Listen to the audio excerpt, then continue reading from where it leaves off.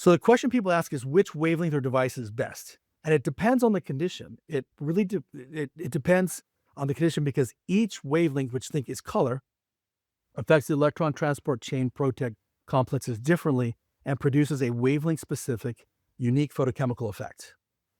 Each wavelength, which is the nanometers, has a specific photon energy, which is the electron volts or EV. And certain EV energies are required to trigger specific reactions. So let's take a look at what does that mean. First off, don't take anything that I say as gospel. I encourage everyone to go and fact check me, but do it the legit way, not the Facebook fact checker way. Actually go and do some read up on your own and come to your own conclusions. And a good source is find this book. You can do a Google search and the PDF is available now for free because it's out of print on there. But there's over 2,500 references cited in there and 135 pages of research references on there. A key thing that you need to understand is most of the research on lasers is on lower power lasers below 500 milliwatts. These are class 2 and class 3 lasers. That's where most of the research is. And that's a really critical thing to understand because there's a lot of misinformation that's out there of saying that, oh, if it's below 500 milliwatts, it's not powerful enough to make any changes. All of these studies show that's not the case. They're showing that low power is very effective.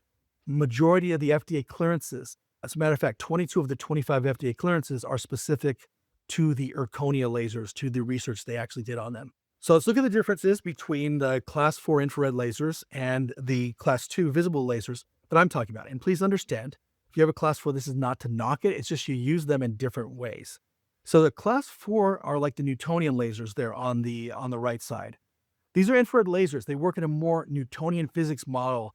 They're larger structures. They're photothermal or photomechanical. So it hits the body and it creates agitation in the water molecules and creates these rotations and vibrations and a thermal impact, and that triggers different reactions in the body. You need to have high wattage on there. So a lot of times you'll see those devices are 1, 5, 10, 20, 60, 200 watts, whatever. You have to do that to make up for the low energy of that wavelength. And they need direct penetration, usually right over the area where you're providing it. There's a cutoff line at 730 nanometers between the infrared ones and the ones I'm talking about here. So the ones I'm talking about, these visible lasers work in a quantum physics model. These work on the smallest particles, so they work on the electrons, is actually what they work on. They are photochemical, photosignaling, and they stimulate things that I encourage you to go research on PubMed. We don't have time to do it in this format, but go read about biophotons, ultra-weak biophotons, and also qubits of data, which is how your body talks to itself through these laser-like impulses. And it creates what we call spooky global action, to where you put a laser here and there's instant communication throughout the body with these high-energy lasers. The wavelengths for the infrared stuff, the class 4 things that you see out there, are usually between 730 to 1064. They are lower electron volts. They're lower energy, deeper penetrating types of lasers. The ones that I'm talking about here, they're what I call high energy, kind of like AC/DC. So 405 nanometers to 730 nanometers, which is higher electron voltage on there. So this creates more reactions in the body. And why is that electron voltage important? So here I have a model of the laser hitting an electron or hitting a molecule, an atom. And so when the laser hits the atom, it's going to trigger an electron to jump into a higher orbit if the energy is above 1.7 electron volts. And this is where some really cool things happen. So it takes me back to, remember Back to the Future when Doc Brown was showing Marty the DeLorean? He's, Marty, when this baby hits 88 miles per hour, you're going to see some serious...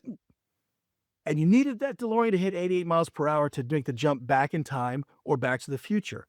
And if it was short of that, it was 87.9, it's not going to have the right energy to make a jump. It's the same thing with these lasers. Doc Brown would tell Marty, when this baby hits 3.1 electron volts, you're going to see some serious... And that makes these jumps that occur. And some specific reactions here that you'll see like this, where Doc Brown's happy, he hit that threshold, things are changing. A violet wavelength laser has an electron voltage of 3.1 electron volts. It's the highest one up there. It makes them jump the highest. That's great for scar tissue, for triggering a whole photochemical cascade, and also for the antimicrobial factors. The green is at 2.4 electron volts, and the red is at 1.9. These are all high enough to cause these electrons to jump. And once you make one electron jump, it can trigger, one single photon can trigger hundreds to thousands of reactions. So this is why you can do things with a very low dose of visible lasers that you need a high dose with an infrared laser. So I just want to clear up that misconception that's out there. And if you take an infrared laser that's low energy, no matter how much you ramp up the wattage, it never gets the energy to make these electron jolts. All you do is you pump out more low energy photons, which gives a person a higher dose of a specific wavelength of photons, but doesn't create these reactions here. And again, this diagram just kind of shows that there, to where there's the spectrum. Higher energy goes towards violet and then ultraviolet and X-rays. Lower energy goes from infrared and out into radio waves and whatnot. And this is a section of some papers to read about to really understand this. And why I'm hammering this home is because the biggest complaint that I hear sometimes from doctors is they'll say, I did these protocols that you said, but I didn't get the same results that you did. And a lot of times it's because they use a different wavelength. You use a different wavelength or a different power and you get different results. But in patients' minds and in doctors' minds, they think all lasers are the same. They think all red light therapy is the same. It's not the case. For example, here in that book by Tuner and Hode, they said visible and infrared affect biostimulation in different ways. Visible light elicits photochemical changes, while infrared creates physical changes. Stanford said visible light can produce photochemistry, while infrared does molecular rotations and vibrations. And this one I believe this was by Harvard, talked about how because infrared has low quantum energy, they do not induce direct photochemistry. So they just work differently. And that's why these visible wavelength ones are really good for utilizing in these functional medicine and functional neurology types of patients here. And this was the study by Stanford University. This is a really important thing to look at and to understand.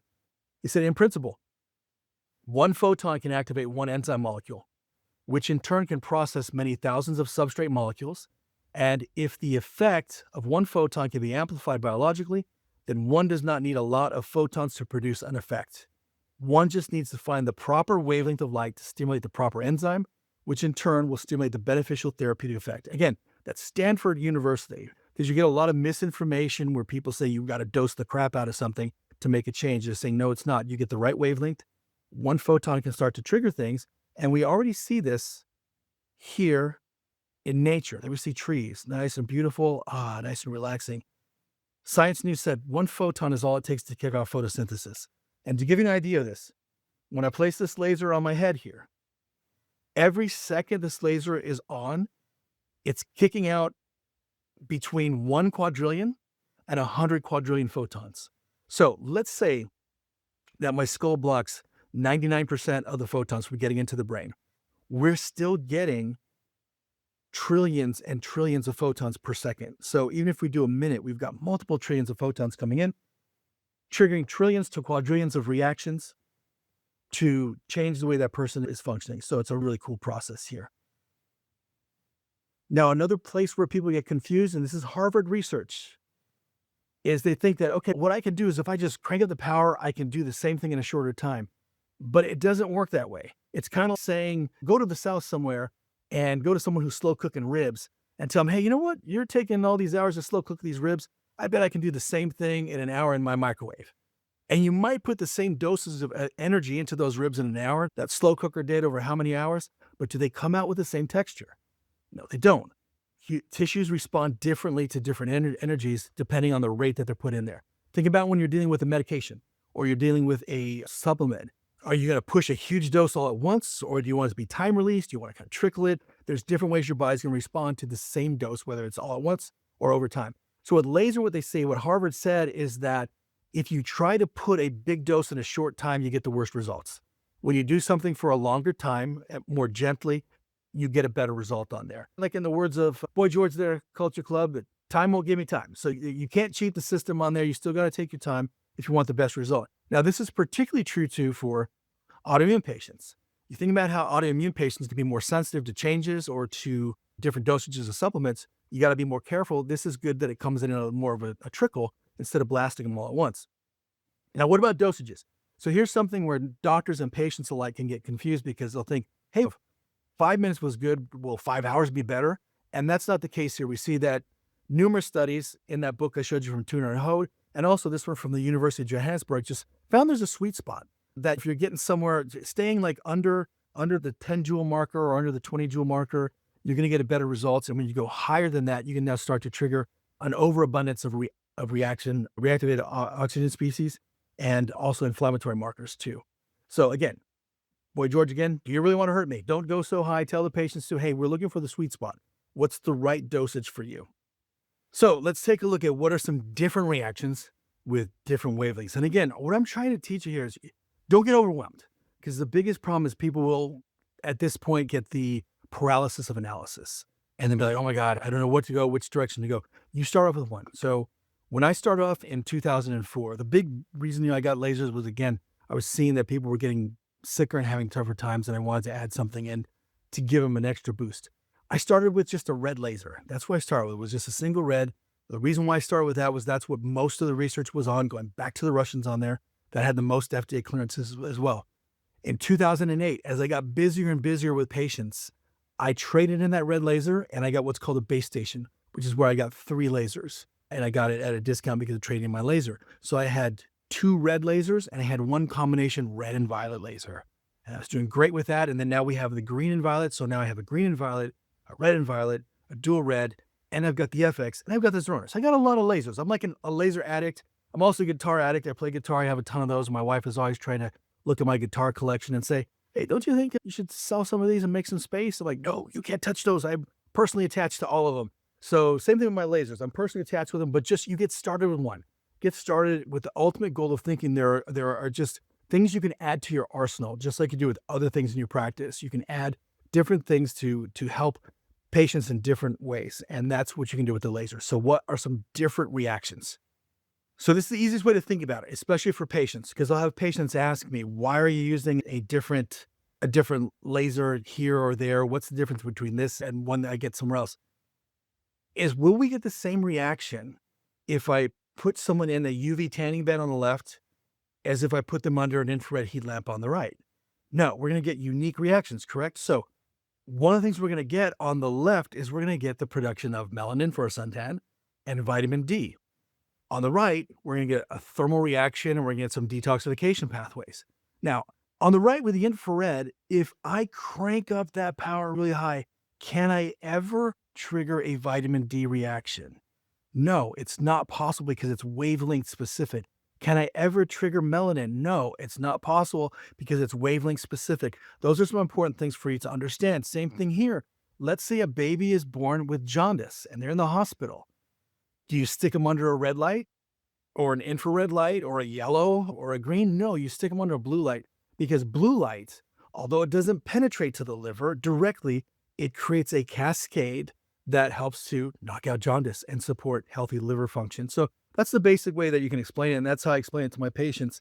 That gets them to understand what the laser is doing. They understand sunlight creating melanin and vitamin D and also jaundice. And those are the ways that they can understand how laser has these big impacts on them.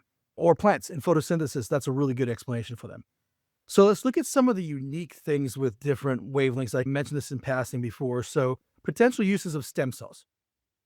So I love talking about this to patients. I'll ask them, hey, have you heard about stem cells? And a lot of patients have, and they know that it can be fairly expensive to do, but there's a lot of uses for it, like baldness, blindness, deafness, ALS, bone marrow, spinal cords, Crohn's disease, cancer, strokes, etc.